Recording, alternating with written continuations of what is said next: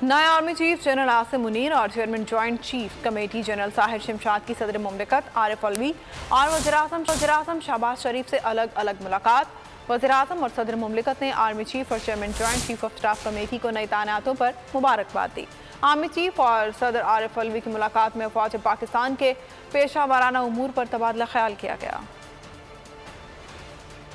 General Asim Munir पाक फौज के नए आर्मी चीफ बन गए। सिपा सालार जनरल आसिम मुनीर ने सदर मुमलिकत और वज़ीर आज़म शहबाज शरीफ से मुलाकातें की। सदर मुमलिकत ने जनरल आसिम मुनीर को आर्मी चीफ तैनात होने पर मुबारकबाद दी। जनरल आसिम मुनीर ने सदर मुमलिकत का शुक्रिया अदा किया। मुलाकात में फौज पाकिस्तान के पेशा वाराना उमूर पर भी तबादला ख्याल हुआ। बादिज़ा आर्मी चीफ ने वज़ीर आज़म शहबाज शरीफ से भी मुलाकात की। वज़ीर आज़म ने जनरल आसिम मुनीर को आर्मी चीफ बनने पर मुबारकबाद पेश की। आरिफ अलवी से chairman joint chief of staff committee Sahir Shamshad की भी मुलाकात हुई। सदर मुमलिकत ने जनरल साहिर शमशाद को नई जिम्मेदारियां संभालने पर मुबारकबाद दी। Chairman joint chief of staff committee ने सदर मुमलिकत का शुक्रिया अदा किया। जनरल साहिर शमशाद ने पाक फौज की पेशा वाराना सलाहियतों को मजीद बेहतर बनाने का अज़म जाहिर किया। बाजिज़ा वज़ीर आज़म से chief chairman joint chief of staff committee की मुलाकातें। वज़ीर आज़म ने जनरल साहिर शमशाद को नई तैनाती पर मुबारकबाद दी।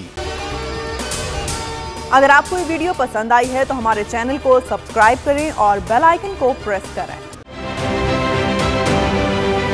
जाली केस है ना, ये हम पे उस वक्त बनाए गए थे जब हुकूमत यही थी, इन्हीं लोगों की हुकूमत थी ना। और ये जाली केस, इनको मैं नहीं कह रहा इस केस को जाली केस, इनको पाकिस्तान में क्या पूरी दुनिया में एक ऐसा शिकायत कुंदा नहीं मिला, एक ऐसा कंप्लेनेंट नहीं मिला जिसने ये कहा हो कि हमारे साथ फ्रॉड हुआ है। तो ये खुद ही बन गए कंप्लेनेंट और ये खुद ही इन्होंने खुद ही इन्वेस्टिगेशन की, उसकी खुद ही तफ्तीश भी की। यानी कि कंप्लेनेंट भी है, इन्वेस्टिगेशन ऑफिसर भी है। और इन द एंड इन्होंने फिर उसके बावजूद ये कोर्ट में जमा कराया कि जी ये केस जाली केस था, जो कुछ एग्जैक्ट कर रहा था सब लीगल। ये मेरी बात नहीं है, ये इनके इन्वेस्टिगेशन ऑफिसर की बात। आज फिर उन्हीं की हुकूमत है और अब तो हमने नारा नहीं लगाया, अब तो हम हकीकी सहाफत कर रहे हैं।